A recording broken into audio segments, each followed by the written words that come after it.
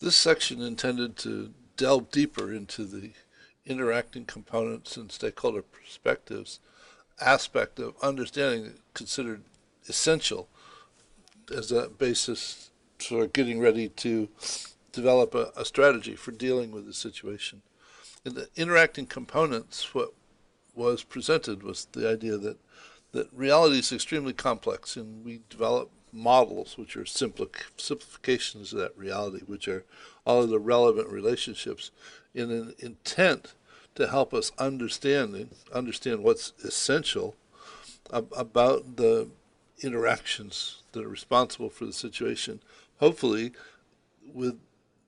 the hopefully that model will present us with the understanding that we need to figure out how to deal with the situation and to move forward. And I emphasize that it's important to think about and you will find that I continue to focus on thinking about and this and that as opposed to or. Um, and you'll see shortly how it serves very well. From the stakeholder perspective, introduce the idea that there are stakeholders who are affected by or who affect the situation, though there are also stakeholders who are influenced by the situation and don't have an influence on the situation, yet they should be considered when determining the solution or the way that you're going to deal with the situation because they may become active stakeholders as opposed to passive stakeholders. And it is the motivation and beliefs of the stakeholders that we need to come to understand to get a sense of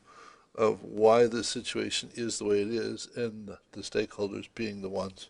who are going to have to figure out how to deal with the situation. I mean, you can figure out how to deal with it. They're the ones that have to take action to actually make it happen. And then a discussion of responsibility in that the situation itself is typically has components that are the responsibility of multiple stakeholders. It's important to know which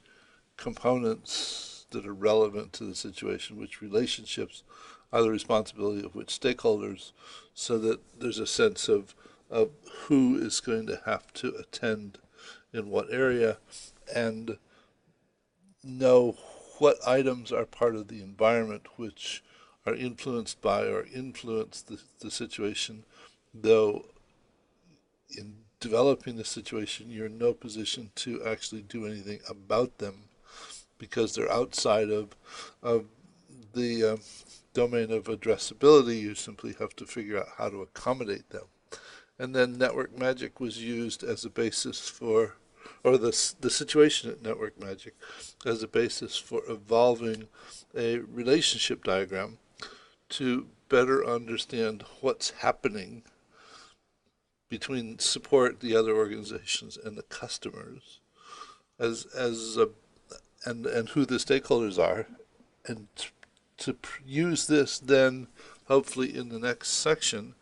as a basis for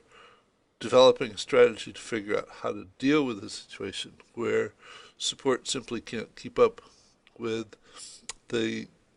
demands from the customer and the other organizations. So, hope the recap has been useful, and I'll see you in another video shortly.